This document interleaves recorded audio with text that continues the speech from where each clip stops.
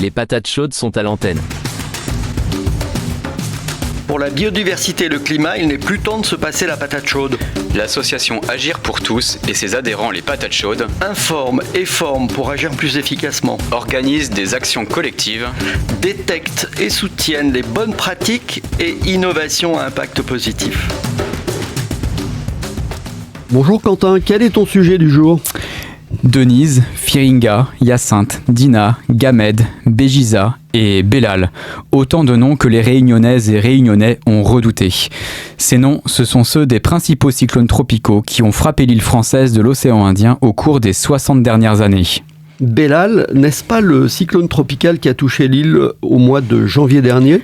C'est bien lui, en effet. Très redouté, son impact a néanmoins été plus limité que prévu.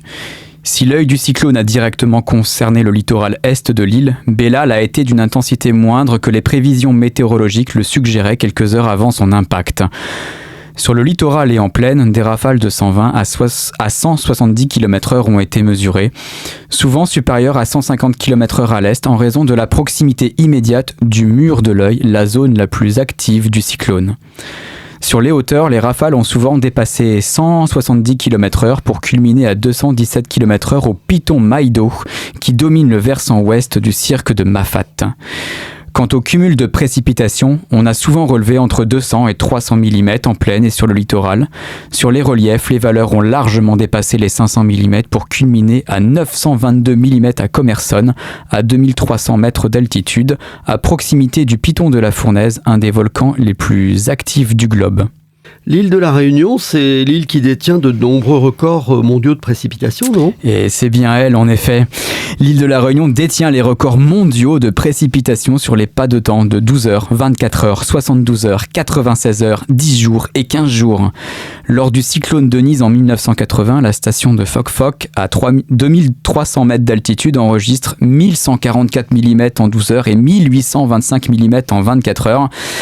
Lors du cyclone Gamed en 2007, la station de Commerson, encore elle, claque un joli 3930 mm en 72 heures et 4936 mm en 96 heures. Et c'est encore cette station qui a les records sur 10 jours et 15 jours avec respectivement 5678 mm et 6093 mm, soit environ ce qui tombe à Paris en l'espace de 10 ans. On comprend pourquoi les cyclones tropicaux sont si redoutés sur l'île de la Réunion. Et comment expliquer une telle exposition aux pluies diluviennes ? Eh bien, on l'explique évidemment par le climat tropical de l'île Intense, le petit surnom de l'île de la Réunion.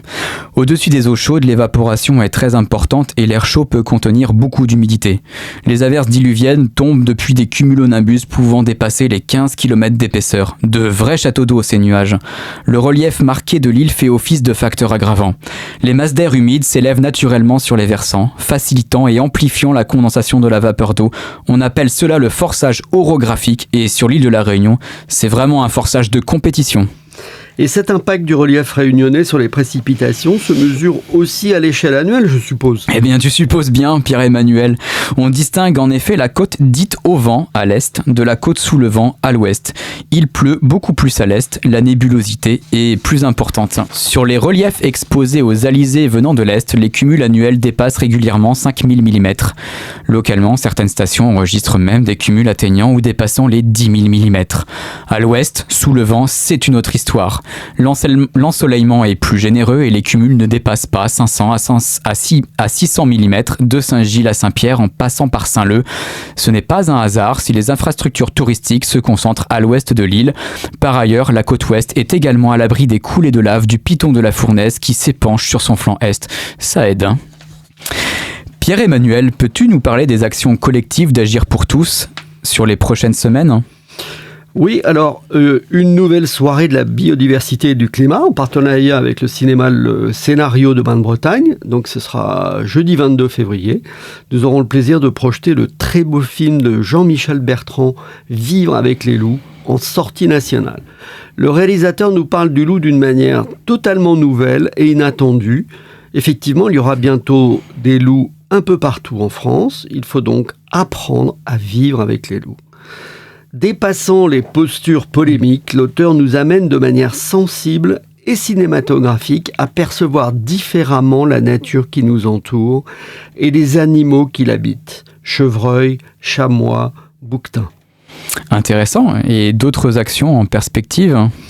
Oui, alors on prépare une action de ramassage de déchets dans la nature et découverte des plantes avec l'association Retraite sportive de Bain-de-Bretagne et bien sûr probablement d'autres actions de plantation jusqu'à fin février.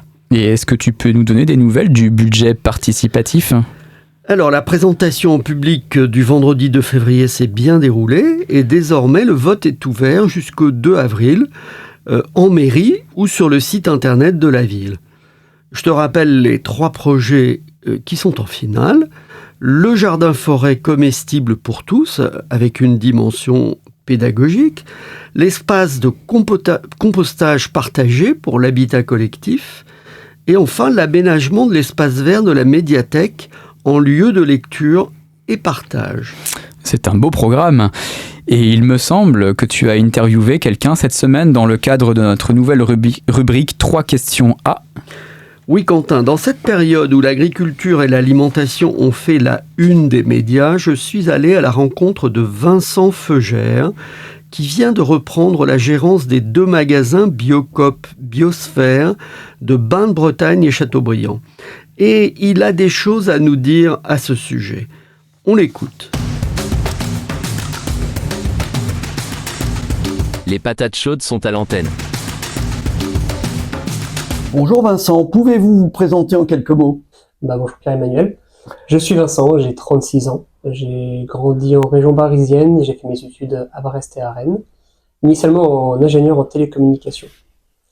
J'ai vécu ensuite 12 ans à Bruxelles, où au début j'étais ingénieur, puis après je me suis reconverti en tant que je travaillais dans la bio justement, chez Farm, qui est le petit cousin de Biocoop pour la Belgique. Mais qui est beaucoup plus récent. Et on a commencé il y a 10 ans tout juste, tout pile, d'exister en Belgique. Je suis consommateur et militant bio depuis 2009, en fait, depuis que je suis étudiant. Très bien. Et j'ai rejoint Châteaubriand en janvier 2023, il y a tout pile 1 an. Et je vais prendre le poste de gérant de Biosphère à la fin du mois de février. Donc qui regroupe les 2 magasins, c'est ça, de Châteaubriand et de Bain-de-Bretagne. Biocoop qui sont à Châteaubriand et Bain-de-Bretagne. Oui. Châteaubriand est un magasin historique qui a été créé en même temps que Biocoop en 86. D'accord. Et Bain-de-Bretagne est ouvert en 2020, la Covid. Très bien. Alors quels sont les enjeux du marché bio actuellement ? Alors les enjeux du marché bio,